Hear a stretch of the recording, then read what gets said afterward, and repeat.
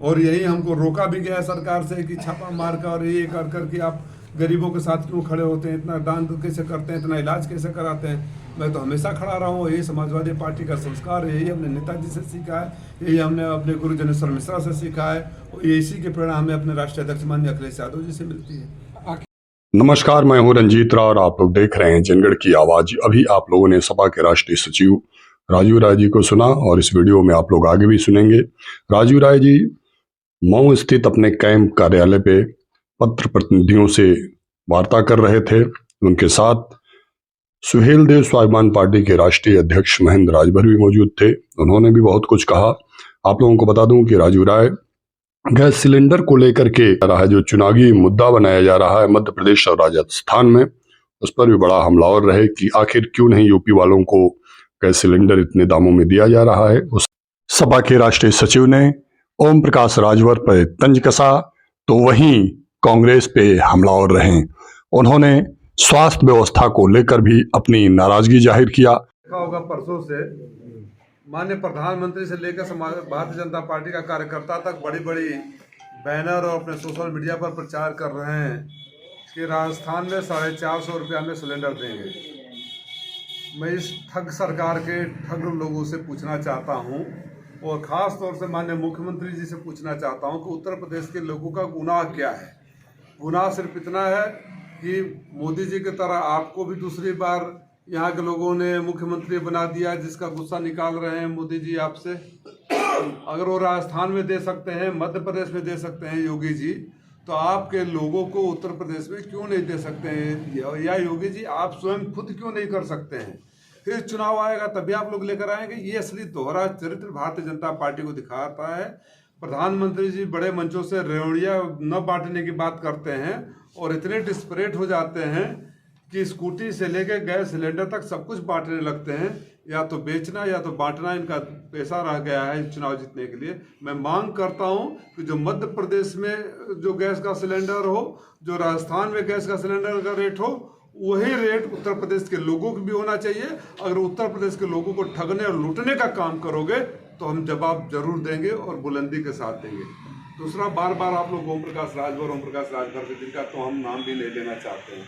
आप लोगों को याद होगा कि घोसी उपचुनाव से पहले हर जगह घूम घूम कर आप लोगों से कहते थे, जाकर भाजपा में कहते थे समाजवादी पार्टी पूर्वांचल में इतनी सीटों पर सिर्फ हमारे वजह से जीती, और जिसको अपना गढ़ समझते थे।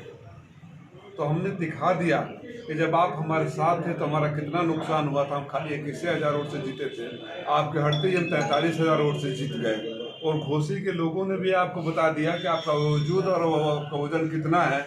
और शायद यही वजह है कि भारतीय जनता पार्टी की भी आंखें खुल गई है कि जिस आदमी का कोई अस्तित्व नहीं है, बोल बोल कर सबको धोखा देने का काम करता है। फिर मैं आप बोल रहे थे ना फलाने लड़ रहे हैं, मैं चुनौती देता हूँ, आइए लड़िए। भाई ओम प्रकाश राजभर जी समझे न जिसे आंखों से बात जुबानी कह देंगे, हम जिक्र करेंगे गैरों का और अपनी कहानी कह देंगे। आप लोग समझे नहीं कि अपनी पीड़ा व्यक्त कर रहे थे बेचारे। बसपा से अपने यहाँ भाजपा, भाजपा से सपा, सपा से फिर भाजपा, और बीच में 17 के चुनाव से पहले 10, 12, 15 दलों का मोर्चा बना रहे थे। इतने घरों से भागे हैं जो बात कर रहे थे कि कोई भरोसा नहीं करता। वो भरोसा होता तब तक मंत्री बन गए होते। अब पता नहीं कितने घरों से वो भागे, अपनी पीड़ा बोल रहे थे। जब बापू से बार बार पूछते हैं कि मंत्री क्यों नहीं बन रहे हैं, तो अपनी पीड़ा व्यक्त कर रहे थे। आप लोग पता नहीं कहाँ से ले गए, ये उनकी पीड़ा है। उनके लड़के भी लगातार समाजवादी पार्टी कुछ ना कुछ कमेंट कर रहे हैं, बहुत तीखा कमेंट करते हैं। नहीं, वो तो हमेशा बोलता हूँ, वो हमारे स्टार प्रचारक है बच्चे। वो जितना बोलते हैं हमारा वोट बढ़ता जाता है। मैं दुआ करता हूँ कि ऐसे ही बोलते रहें। जो उनको अहंकार उनके संस्कार में मिला है। अब उनके पिताजी ने तो बहुत मेहनत करके पार्टी बनाई है, चाहे कहीं भी हो, विचारधारा से मेल न खाता हो। लेकिन मैं चूँकि हमारे स्टार प्रचारक है, इसलिए मैं उसको ज़्यादा कमेंट नहीं करूँगा। पीड़ा होती है जब स्वास्थ्य विभाग को देखता हूँ। नए नए जब उप मुख्यमंत्री जी स्वास्थ्य विभाग का काम देख रहे थे तो छापा मारते थे और शर्मिंदा होते थे। मुझे अब एहसास हो रहा है कि छापा मारना सेटिंग का एक तरीका था, इसलिए शर्मिंदा भी अब नहीं होते हैं। और एक माफिया राज कायम है यहाँ, और ख़ास तौर से मऊ के अस्पतालों में मुझे ऐसा लग रहा है कि नीचे से ऊपर तक पैसा पहुँचाया जाता है। लगातार शिकायतें आती है। आपने देखा था पिछले साल मुझसे भी हो गया था, मैं नापा खो बैठा था जब अस्पताल में गया तो इलाज तो दूर, मरीज पता ना कब का मरा हुआ है, उसको बताने वाला भी नहीं कोई था कि मरीज मर चुका है। किसी पत्रकार साथी को कभी हेलमेट से मार देना, वो फिर सीएमओ और मेरे ख्याल से जिलाधिकारी के भी संज्ञान में है कि अस्पताल को सिर्फ रेफरल सेंटर की तरह इस्तेमाल किया जा रहा है। सरकारी अस्पताल वहाँ से मरीज को घुमाकर अपने यहाँ ले आते हैं।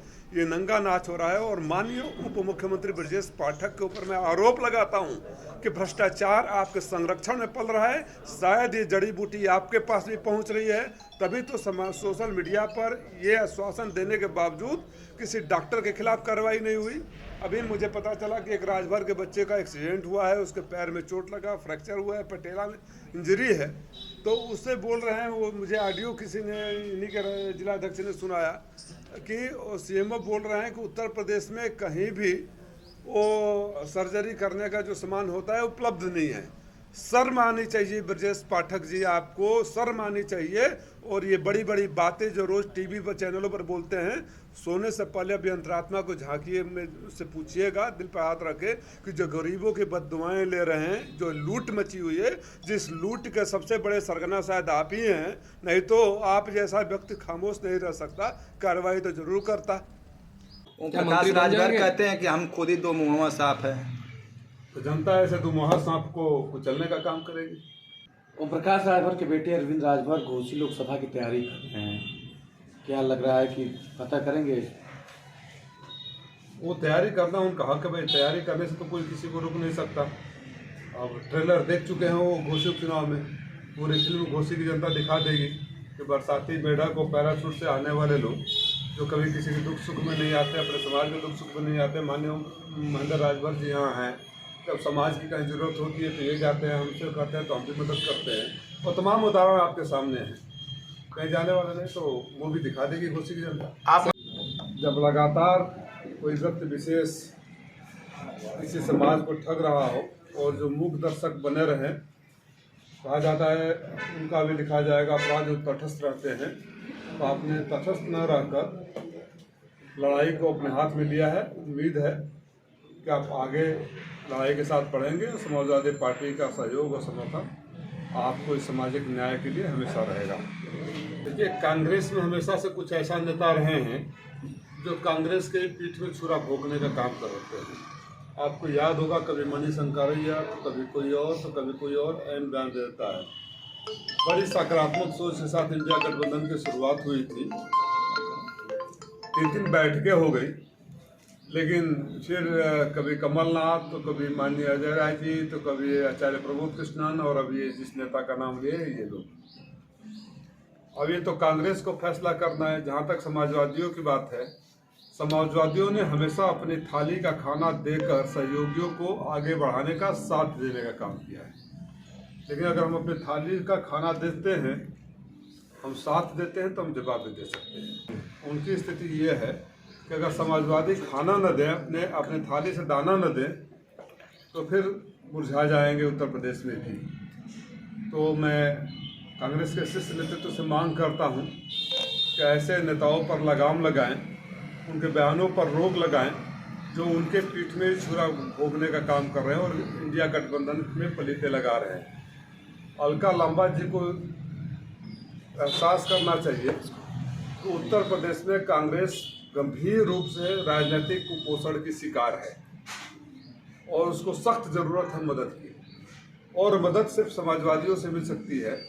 हमने अपनी कीमत पर कीमत चुकाई है मदद करने के लिए, चाहे 2017 का चुनाव रहा हो, चाहे पिछली बार उनको मध्य प्रदेश से मदद करना हो, या उससे पहले 2009 में हमने उनकी सरकार बनाई और उनके बार बार कहने पे जहाँ लोग कीमत वसूलते हैं कि हम मंत्री बनाओ तो हम सहयोग देंगे, समर्थन देंगे, हम कभी मंत्री नहीं बने। इस तरह के ऐसे आरोप लगाने वाले, फिर मैं बोल रहा हूँ कि कांग्रेस से नेतृत्व को विचार करना चाहिए और चिन्हित करना चाहिए कि भाजपा के स्लीपर सेल के कितने लोग कांग्रेस पार्टी में मौजूद हैं।